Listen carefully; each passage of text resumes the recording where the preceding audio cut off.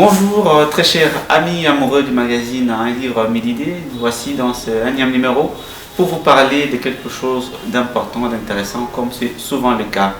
Aujourd'hui nous allons parler de quelque chose qui n'échappe peut-être pas à certains, mais quelque chose de très important, de petites subtilités de la langue française. Et donc nous parlerons de maîtrisant les homonymes et les parodies. Ce livre est le fruit du travail acharné de M. Héritier Moulumbois. Je rappelle qu'il est licencié en psychologie du travail et des organisations de l'université de Lubumbashi. Donc en tant qu'enseignant, il a voulu partager avec nous cette petite notion pour que nous ne commettions pas sempiternellement des erreurs. Alors nous allons dire bonjour à M. Héritier et bienvenue dans ce magazine. Bonjour, merci M. Jean-Marc. Alors, Monsieur Héritier, votre livre s'ouvre sur une idée extraordinaire.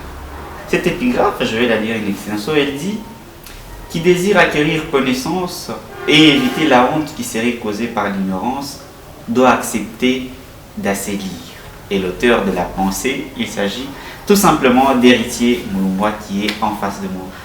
Est-ce que vous pouvez nous faire un petit commentaire sur la pensée que je viens de lire qui se trouve en épigraphe de votre livre? Merci beaucoup, Monsieur Jean-Marc, pour cette opportunité que vous m'offrez de pouvoir essayer, tant soit peu, et de pouvoir m'exprimer, de pouvoir essayer d'éclairer la lanterne de l'opinion publique sur notre épigraphe. Désir accueillir connaissance et éviter la honte qui serait causée par l'ignorance, doit accepter d'assez lire. Je m'en vais directement, Monsieur Jean-Marc, à vous poser juste une petite question. Est-ce que vous connaissez au moins un moyen par excellence qui puisse permettre à quelqu'un d'acquérir connaissance sans qu'il ne puisse être en présence de quelqu'un qui puisse lui apprendre? Non, c'est de la lecture. C'est de la lecture. Oui. Comment quelqu'un peut se sentir lorsqu'il se rend compte qu'il a commis une erreur simplement puisque au départ il n'avait pas l'information que ça ne se dit pas de la manière dont tu l'as dit?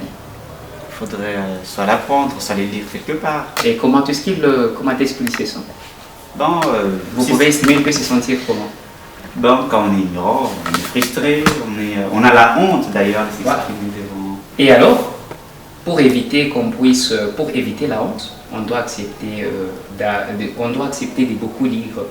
Puisque lire, comme disait Victor Hugo, c'est boire et manger. L'unique nourriture qui essaie de nourrir l'esprit, ce sont les différentes matières qui sont contenues bien évidemment dans les différents ouvrages et aussi les différentes informations qu'on peut essayer d'acquérir de gauche à droite, que ce soit des bouches à l'oreille ou que ce soit à la télé. Et l'esprit qui ne se nourrit pas, cet esprit-là s'affaiblit, cet esprit-là essaye de s'appauvrir davantage. C'est comme les corps, quand quelqu'un ne prend pas la nourriture, comment est-ce qu'il devient? Il devient affaibli. Il devient affaibli, il devient même maigre. Et c'est ici même que tu es en train de se vérifier, c'est que tu es en train de dire Jules Addison. Addison disait que la lecture et à l'esprit, c'est que l'exercice physique au corps, autrement dit les sports. Notre modeste ouvrage, Maîtrisons les homonymes et les paronymes, il n'est pas produit pour être exposé dans le musée, afin d'être contemplé, mais plutôt pour être lu, de sorte que les gens arrivent à découvrir au moins les 148 SM. Par SM, on doit entendre ensemble ou bien le père. Pour qu'ils arrivent au moins à découvrir les 148 SM qui sont contenus dans ces modestes ouvrages, 57 SM du paronyme, 16 SM de synonymes, ainsi que 10 SM homophones grammaticaux, allais-je dire, puisque qui dit homonyme et qui dit homophone, ils disent tous la même chose. Voilà la raison pour laquelle on doit lire plus, justement pour qu'on puisse arriver à éviter cette honte-là qui serait causée par l'ignorance. Et d'ailleurs, je vais demander à nos très chers amis téléspectateurs, amis auditeurs, de faire un petit tour sur notre page YouTube. Un livre 1000 idées, vous retrouverez l'émission que nous avons enregistrée avec monsieur Samuel Tubouété, Les trésors cachés dans la lecture. Ce sera une émission qui va vous aider beaucoup plus et vous stimuler à lire davantage. Alors, monsieur Héritier, Nous parlons des homonymes et des paronymes. Une question qui peut paraître bête pour certains, ce serait celle de savoir c'est quoi les homonymes. Merci bien évidemment, avant de répondre à votre question, j'aimerais que vous puissiez me dire combien de sons que nous avons dans ces mots que je vais devoir prononcer. Je vais les présenter en paire ou en SM. Je prends, nous avons mess sans et à la fin. Nous avons aussi mess avec et à la fin. Dans cet SM, nous avons combien de sons? Nous avons le même son. Nous n'avons qu'un seul son. Ah oui. Je prends encore, nous avons héros, qui s'écrit H, E accent aigu, R, A, U, T à la fin. Et nous avons aussi héros, H, E accent aigu, R, O, S. Nous avons combien de sons? Toujours le même. Nous avons un seul son. Ah oui. Je prends encore un autre SM. Nous avons point, comme vous l'entendez, avec T à la fin. Oui. Et nous avons aussi point avec Ah oui. G. Est-ce que nous avons combien de sons? Toujours le même. Nous n'avons qu'un seul son. Est-ce que ces mots s'écrivent de la même manière? Non. Ils ne s'écrivent pas de la même manière. Oui. Ok. Ce sont ces mots-là qu'on appelle les homonymes. Oui. Ce qui veut dire, les homonymes, ce sont des mots qui se prononcent de la même manière, mais qui s'écrivent autrement ou différemment et qui ont un sens contraire. C'est pourquoi, lorsqu'on n'arrive pas, si l'on n'est pas suffisamment informé, on peut utiliser l'un à la place de l'autre. Quand on dit messe sans et à la fin, ça signifie, un messe, ça signifie simplement un lieu où les officiers et les sous-officiers, ils prennent leur repas ensemble. Lorsqu'on parle de messe avec et donc une messe, ça veut dire simplement une célébration eucharistique où l'on essaye par moment de faire quoi? De pouvoir se souvenir de sacrifice du Seigneur Jésus-Christ.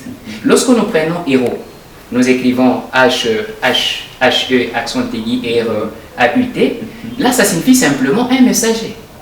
Contrairement à héros qui s'écrit avec H-E, accent aigu, R-O-S, qui signifie simplement quelqu'un qui sait distinguer par son courage. Est-ce que le genre ne peut pas permettre, que ce soit à l'oral ou à l'écrit, à distinguer qu'il y a une certaine différence entre les mots qui se prononcent toujours de la même façon? Il n'y a pas seulement, puisqu'il y a aussi d'autres mots du même genre. Oui. Il y a des mots du même genre. Je vous donne par exemple cinglé et cinglé. Cinglé qui commence avec S et cinglé qui commence aussi avec C. Oui. C'est le même genre.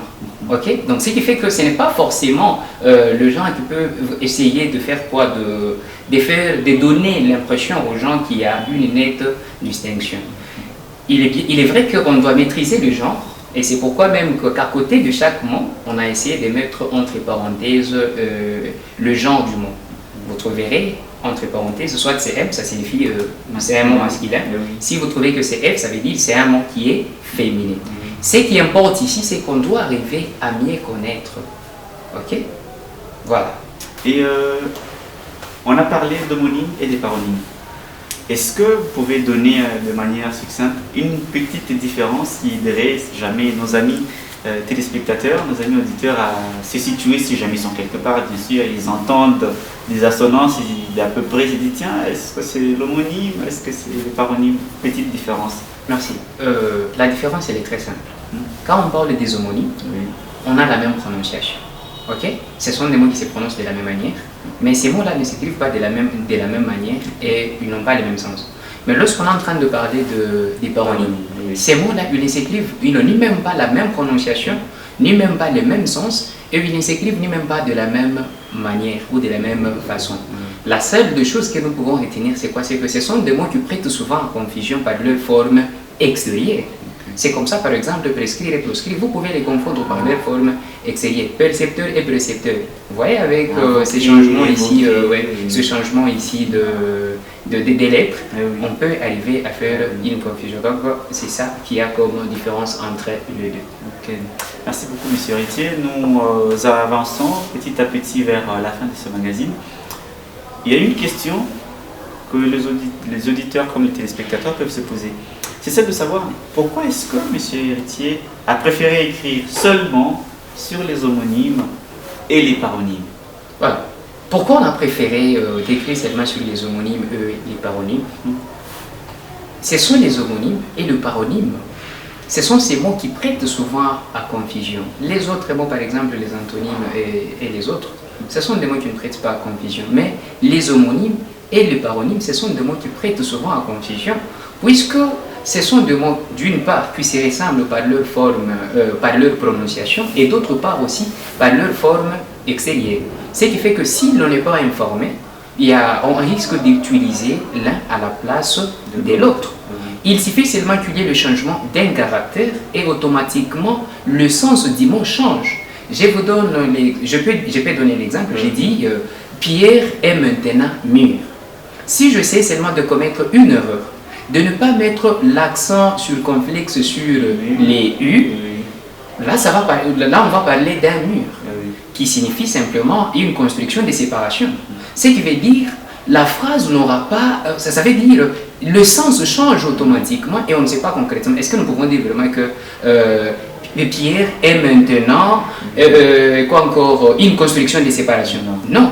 Nous pouvons au moins dire par exemple Pierre est maintenant mûr. Donc ça veut dire qu'il a atteint la maturité et cette fois-là il faudrait écrire M-U avec l'accent circonflexe sur les I et puis R. Vous sentez? Donc c'est que ce sont le mot qu'on arrive à confondre très souvent. C'est ainsi que nous nous sommes dit non, on doit mettre sur pied ce qui peut permettre aux gens de pouvoir éviter les concours, les confusions qu'ils étaient en train de porter pendant plus longtemps sur les homonymes et le paronyme. Parlons d'homonymes et de paronymes. Devrions-nous attendre un ouvrage sur les antonymes et les synonymes? Les antonymes, puisque en fait dans cet ouvrage, il n'y a pas seulement que des homonymes, il n'y a pas seulement que des paronymes, il y a aussi quelques synonymes. Okay? Il y a aussi quelques synonymes et il y a aussi des homophones grammaticaux. Et alors, bon, en fait, les antonymes, ce sont des mots qui ne prêtent pas souvent à confusion, puisqu'on connaît seulement que ce sont les opposés. Okay? Par exemple, nous avons petit, l'opposé des petits, c'est nous avons grand. Ce sont des mots qui ne prêtent pas souvent à confusion. Alors, les gens doivent s'attendre plutôt à un ouvrage qui pourra maintenant aborder les erreurs à éviter. Puisque les soucis au travers de notre ouvrage ici, Maîtrisons les homonymes et le paronyme, je ne cesse jamais de les dire et je ne cesserai jamais de les dire que nous sommes dans la lutte contre l'ignorance. Nous voulons bien évidemment qu'on puisse lutter contre l'ignorance, puisque moi j'ai toujours considéré l'ignorance comme une contagion qui ne produit pas du venin, mais qui produit de la honte. Et l'unique moyen pour qu'on ne puisse pas tomber dans l'ignorance collective, puisque vous savez, avec l'ignorance collective, une erreur, à force d'être répétée, elle s'installe dans la société comme étant une vérité. Qui peut limiter la propension de cette ignorance collective? C'est seulement la personne qui est informée. Et comment on s'informe? C'est par la lecture. On lit quoi? Ce sont les ouvrages. Comme par exemple notre ouvrage ici, Maîtrisons les homonymes et le paronyme, un ouvrage qui est déjà disponible à la librairie Pauline, ce qui fait qu'il suffirait seulement que les gens puissent y passer pour les chercher et ils vont les trouver. Acquérir cet ouvrage ne suffit pas, mais il faut prendre aussi le temps de pouvoir lire. Okay? Puisque lire, c'est boire et manger, comme disait Victor Hugo. C'est l'unique nourriture qu'on a pour notre esprit. Et alors, une question peut se poser peut-être pour ceux qui nous suivent. À qui est-ce que le livre s'adresse? Est-ce qu'il s'adresse à tout le monde ou il s'adresse simplement à une catégorie de personnes bien déterminées? Les livres, en premier lieu, ils s'adressent à tous ceux qui sont dans la phase de formation, tous ceux qui sont dans la phase d'apprentissage, notamment les élèves et les étudiants, mais aussi tout celui qui voudrait améliorer son français. Puisque ici, avec notre modeste ouvrage, Maîtrisons les homonymes et le paronyme, c'est vraiment l'antidote contre la confusion longtemps portée sur les homonymes et le paronyme. À l'intérieur, dans ces modestes ouvrages, on va trouver au moins 148 paires d'homonymes. Vous pouvez multiplier par 2, ça donne combien de mots au total? Il n'y a pas seulement que les 148 paires d'homonymes, il y a aussi 57 paires ou 57 SM de paronymes. Il n'y a pas seulement que ça, il y a aussi, vous avez 16 SM des synonymes. Et vous avez également aussi 10 SM des homophones grammaticaux. Ce qui fait que s'il y a encore des gens qui ont des difficultés, qui ne savent pas faire la différence entre à préposition, à verbe, comment est-ce qu'on doit faire pour s'y rassurer? Ils ne doivent que chercher cet ouvrage. Ils peuvent trouver tout cela et je crois qu'ils seront les plus satisfaits. Ils seront le plus satisfaits. Quand vous avez par exemple à préposition, vous avez aussi à verbe, vous êtes en train de douter, est-ce que c'est à verbe ou c'est à préposition? Bon, en fait, on vous donne l'astuce que vous pouvez utiliser pour que vous puissiez être sûr, vraiment qu'il s'agit de à préposition ou il s'agit de à verbe. Les à verbe, on peut le remplacer. Vous pouvez le remplacer par avec qui est l'imparfait, la même personne, donc la troisième personne. Ok? Nous pouvons dire par exemple Pierre a l'argent. Ok? Maintenant, pour nous rassurer, est-ce que c'est à préposition ou à verbe? On peut dire Pierre avait l'argent. N'est-ce pas que ça rime très bien? Ah, comme ça rime très bien, ce qui veut dire ici nous avons affaire à A qui est à verbe et non pas à préposition. Le à préposition, ça ne se remplace pas. Ok? Il y a tellement beaucoup de choses. Vous avez les sons adjectifs possessifs, vous avez aussi les sons terminaisons de la troisième personne du pluriel du verbe être, vous avez aussi les en, vous avez le mais, vous avez aussi le et qui a l'accent aigu, l'accent circonflexe, et vous avez aussi l'accent grave, tellement qu'il y a beaucoup de choses à l'intérieur. Tout celui qui voudrait vraiment améliorer son français, il a intérêt à pouvoir chercher ces modestes ouvrages et s'approprier les contenus en faisant une lecture minutieuse. Merci beaucoup, Monsieur Rissier, d'avoir répondu à notre invitation. Je vous remercie, je crois que ce n'est pas la première ni la dernière. Je crois qu'on pourra avoir encore l'opportunité. Nous sommes ouverts à vous en tout cas. Et pour vous, très chers amis téléspectateurs, amis auditeurs, n'hésitez pas, le livre est déjà disponible en librairie. Vous pouvez passer au numéro 48 de l'avenue Lomami pour voir les livres et vous en procurer. Merci à tous de nous avoir suivis de partout. Si vous avez aimé ce magazine, dites merci à tous ceux qui ont concouru à sa réalisation, la technique de la révérende sœur Marie-Justine, la supervision et la coordination générale de Monseigneur Adolphe Solochi. N'hésitez pas de faire un petit tour sur notre compte YouTube, Un livre, 1000 idées, pour recevoir plus de notifications et partager et recevoir plus d'informations sur les émissions que vous avez eues à rater. D'ici là, restez en compagnie de nos programmes. Au revoir. Je te dirai ce que tu devrais.